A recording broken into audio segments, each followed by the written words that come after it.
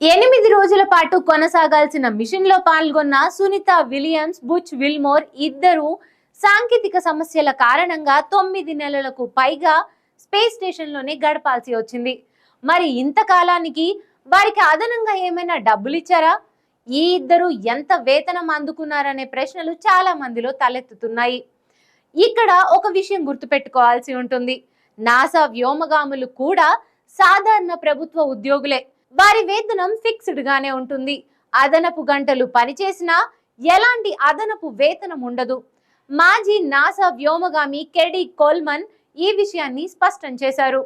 అంతరిక్ష ప్రయాణం కూడా సాధారణ పనిలో భాగమే అన్నారాయన.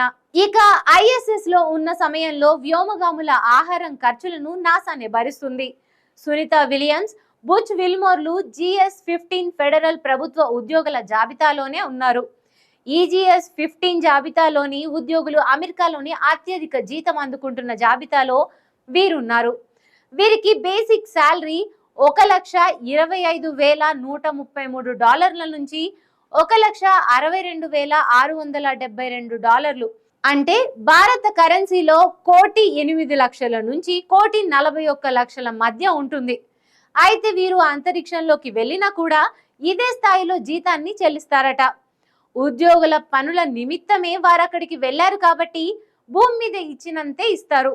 అంతరిక్షంలో నిర్దేశిత సమయం కంటే ఎక్కువ రోజులు పనిచేసినప్పటికీ ఈ వ్యోమగాములకు ఎలాంటి అదనపు చెల్లింపులు ఉండవని నాసా విశ్రాంత వ్యోమగామి క్యాండీ కోల్మన్ తెలిపారు. సాధారణంగా వచ్చే జీతంతో పాటు అంతరిక్షంలో ఆహారం, బస ఖర్చులను నాసాయే భరిస్తుందని వివరించారు. ఇలాంటి అనూహ్య పరిణామాలు చోటు చేసుకున్నప్పుడు మాత్రం కాస్త ఎక్కువ డబ్బులు ఇస్తారని ఆయన అన్నారు.